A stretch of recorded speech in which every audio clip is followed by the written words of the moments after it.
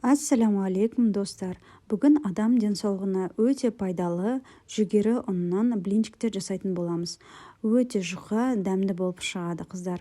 Сіздер де міндетті түрде жасап көріңіздер. Блиныларды жасау үшін бізге ең алдымен жұмыртқа қажет болады. Осында 2 жұмыртқамызды жақсылап венчикпен араластыратын боламыз. Қыздар, менің каналыма подписаться етіп, лайк басып, қоңырау белгісін басуды ұмытпаймыз. Әрине бізге блинчикке сүт қажет болады. Сүтімізді де қосып, жақсылап араластыратын боламыз. Шым-шым тұзымызды саламыз. Құмшекердің орнына, қыздар, мен фруктоза қостым, 2 столовый ложка. Егер де сіздер өте тәтті болсын десеңіздер, онда 3-4 столовый ложка қоса берсеңіздер де болады жалпы. Енді осындай жүгері ұнымызды қосатын боламыз. Оны да жақсылап араластырамыз. Кішкене тестамыз қоймал жындау болады.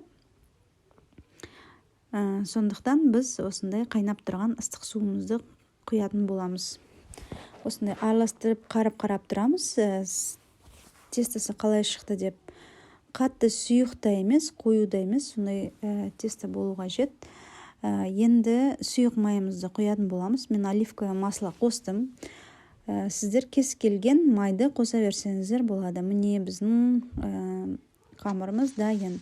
Енді осындай сковородканы жақсылап ысытып, майымызды жағып, жаңағы блинымызды құйып пісіретін боламыз.